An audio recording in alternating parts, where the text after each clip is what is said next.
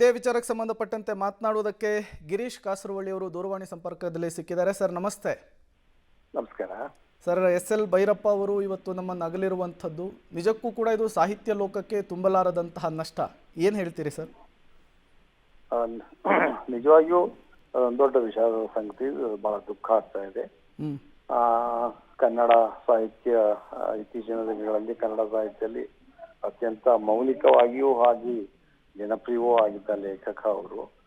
ಕನ್ನಡ ಸಾಹಿತ್ಯದಲ್ಲಿ ಮೌಲಿಕ ಮತ್ತು ಯಶಸ್ವಿ ಇದು ಜನಪ್ರಿಯ ಎರಡೂ ಆಗಿದ್ದ ಲೇಖಕ ಅವರು. ನನಗೆ ಅವರ ಎರಡು ಕೃತಿಗಳನ್ನ ಮಾಡುವ ಒಂದು ಸದಾವಕಾಶ ಸಿಕ್ತು.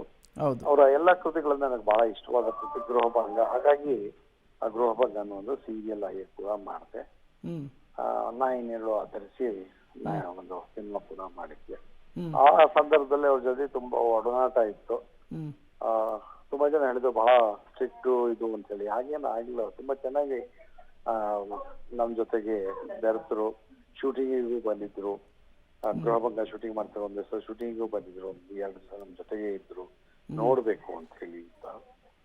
ಆ ನಂತರ ಅವರ ಅನೇಕ ಆರಂಭದ ಕೃತಿಗಳನ್ನ ಬಹಳ ಆಳವಾಗಿ ಓದಿದ್ದೆ. ನಂತರದ ಕೆಲವು ಕೃತಿಗಳನ್ನ ಪರ್ವವರೆಗೆ, ಪರ್ವ ಮತ್ತೊಂದು ಮಹಾ ಮುಖ್ಯ ಕೃತಿ. ನಮ್ಮ ಪುರಾಣ ಇದನ್ನ ಒಂದು ವಾಸ್ತವದ ನೆಲೆಯಿಂದ ನೋಡಿ ಅದನ್ನು ವ್ಯಾಖ್ಯಾನಿಸೋ ಇದೆಯಲ್ಲ, ಅದು ಬಹಳ ದೊಡ್ಡ ಪ್ರಯತ್ನ ಅಂತ ಒಂದು ಒಳ್ಳೆ ಕೆಲಸ ಆಗಿತ್ತು. ನಿಜವಾಗಿಯೂ ಬಹಳ ಕನ್ನಡ ಸಾಹಿತ್ಯ ಬಹಳ ದೊಡ್ಡ, ಕನ್ನಡ ಸಾಹಿತ್ಯ ಅಂತ ಹೇಳೋದು ತಪ್ಪಾಗತ್ತೆ, ಕನ್ನಡ ಸಂಸ್ಕೃತಿ ದೊಡ್ಡ ಆಗ. ಸರ್, ನೀವು ಮತ್ತು ಎಸ್.ಎಲ್. ಭೈರಪ್ಪನವರು ಹಲವು ಕಡೆಗಳಲ್ಲಿ ಕೆಲಸವನ್ನು ಒಟ್ಟೊಟ್ಟಿಗೆ ಮಾಡಿದ್ದೀರಿ. ಅವರ ಒಡನಾಟದ ಬಗ್ಗೆ, ಅವರ ಜೊತೆ ಕಳೆದಂತಹ ಸಂದರ್ಭದ ಬಗ್ಗೆ ಈ ಸಂದರ್ಭದಲ್ಲಿ ಮೆಲುಕು ಹಾಕಬಹುದಾ ಅಂತ ಹೇಳಿ? ಆಗ್ಲೇ ಹೇಳಿದಾಗ ನಾನು ಬಹಳ ಅವ್ರ ಜೊತೆಗೆ ಓಡಾಡಿಲ್ಲ. ಓಕೆ. ಅವರ 2 ಕೃತಿಗಳನ್ನ ನಾನು ಸಿನಿಮಾ ಆಗಿ ಮಾಡಿದ್ದೆ. ಒಂದು ಸೀರಿಯಲ್, ಒಂದು ಸಿನಿಮಾ. ಆ ಸಂದರ್ಭದಲ್ಲಿ ಅವರ ಜೊತೆಗೆ ಮಾತನಾಡುವ, ಕೆಲವು ನನ್ನ ಸ್ಕ್ರಿಪ್ಟ್ ಅನ್ನ ತಗೊಂಡೋಗಿ ಅವ್ರಿಗೆ ತೋರಿಸಿ ಅವರ ಅಭಿಪ್ರಾಯಗಳನ್ನ ಕೇಳುವ ಈ ತರದ ಅವಕಾಶಗಳು ಸಿಕ್ಕಿತ್ತು. ಎಸ್ಪೆಷಲಿ ಮುಖ್ಯವಾಗಿ ನಾಯಿನೇರಳು ಮಾಡುವಾಗ ಆ ಕಾದಂಬರಿಯ ಪೂರ್ಣವಾದ ಏನಂದ್ರೆ ವಿಷನ್ ಅನ್ನ ಬದಲಾಯಿಸಿ ಬೇರೊಂದು ರೀತಿಯ ಕಥೆಯನ್ನ ಕಟ್ಟುವಾಗ ಅನೇಕರು ಪ್ರಾಯಶಃ ಇದನ್ನ ಭೈರಪ್ಪನವರು ಒಪ್ಕೊಳ್ಳಿಕ್ಕಿಲ್ಲ ಅಂತ ಹೇಳಿ ಕೂಡ ಹೇಳಿದ್ರು. ಆದ್ರೆ ನಾನು ಭೈರಪ್ಪನವರಿಗೆ ಬರೀ ಇದನ್ನ ತೋರಿಸಿದ್ದಷ್ಟೇ ಅಲ್ಲದೆ, ಸ್ಕ್ರಿಪ್ಟ್ ತೋರಿಸಿದ್ದಷ್ಟೇ ಅಲ್ಲದೆ, ಸಿನಿಮಾ ಆದ್ಮೇಲೂ ಕೂಡ ಅವ್ರಿಗೆ ತೋರಿಸಿ, ನೋಡಿ ನೀವು ಹೇಳಿದಕ್ಕಿಂತ ಅಥವಾ ನೀವು ಹೇಳಿದಕ್ಕೆ ತದ್ವಿರುದ್ಧವಾದಂತ ಒಂದು ಇದನ್ನ ನಾನು ಹೇಳ್ತಾ ಇದ್ದೀನಿ, ವರ್ಲ್ಡ್ ವ್ಯೂ. ನಿಮ್ಗೆ ಅಭ್ಯಂತರ ಇದೆಯಾ ಅಂತ ಕೇಳಿದೆ. ಅಭ್ಯಂತರ ಇದ್ರೆ ಅದನ್ನ ಬೇರೆ ಏನಾದ್ರು ಅಪ್ರೋಚ್ ಮಾಡೋಣ. ನಾನು ಭೈರಪ್ಪನವರ ಕಾದಂಬರಿಯಿಂದ ಪ್ರೇರಣೆಯಿಂದ ಹಾಕ್ತೀನಿ ಅಂತ. ಇಲ್ಲ, ಭೈರಪ್ಪ ನನಗೆ ಸಿನಿಮಾ ಇಷ್ಟ ಆಗಿದೆ, ಭೈರಪ್ಪನವರ ಕಾದಂಬರಿಯನ್ನ ಆಧರಿಸಿದ್ದು ಅಂತೇಳಿ ಹಾಕಿ ಅಂತ ಹೇಳಿದ್ರು. ಹಾಗಾಗಿ ಒಂದು ಮಿತ್ತಿತ್ತಲ್ಲ, ಭೈರಪ್ಪನವರು ಬಹಳ ಸ್ಟ್ರಿಕ್ಟ್, ಭೈರಪ್ಪನವರು ಇದು ಮಾಡ್ತಾರೆ ಅಂತ ನನಗೇನು ಬರಲೇ ಇಲ್ಲ. ಆ ನಂತರ ನಾಯಿನೇಳು ಸಿನಿಮಾ ಮಾಡೋದ್ರೆ ನಾವು ಗೃಹಭಂಗ ಮಾಡಿಯಾಗಿತ್ತು. ಗೃಹಭಂಗದಲ್ಲಿ ಅವರು ಸುಮಾರು ಕಂತುಗಳನ್ನ ನೋಡಕ್ ಆಗಿರ್ಲಿಲ್ಲ. ಯಾಕಂತ ಅವ್ರು ಫಾರಿನ್ ನಲ್ಲಿ ಇದ್ರು, ಅವಾಗ ತಿರುಗಾಟದಲ್ಲಿದ್ರು.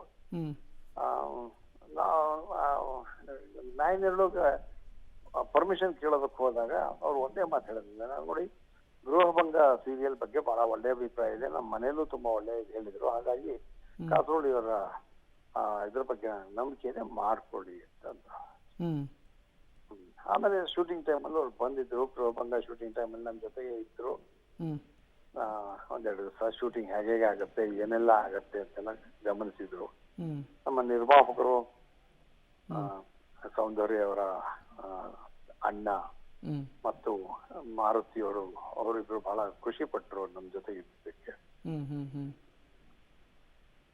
ಓಕೆ ಸರ್, ಇನ್ನು ಅವರ ಬರಹ ಜೊತೆಗೆ ಅವರ ಬರವಣಿಗೆಯ ಶೈಲಿ, ಆ ವಿಚಾರದ ಬಗ್ಗೆ ಮಾತನಾಡಬಹುದಾ ಅಂತೇಳಿ?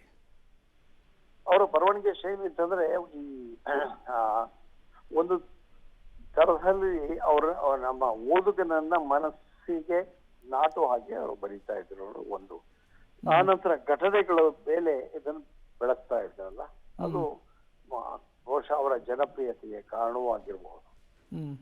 ಹೆಚ್ಚು ವೈಚಾರಿಕವಾಗಿ ಇದನ್ನ ಹೇಳಿದ್ದೇನೆ, ನೇರವಾಗಿ ಭಾವನೆಗಳ ಬಗ್ಗೆ ಅವ್ರು ಬರ್ಕೊಂಡು ಹೋಗ್ತಾ ಇದ್ರಲ್ಲ, ಅದು ಕಾರಣ ಆಗಿದ್ದಿರ್ಬೋದು ಅಂತ ನಾನು ತಿಳ್ಕೊಳ್ತೇನೆ.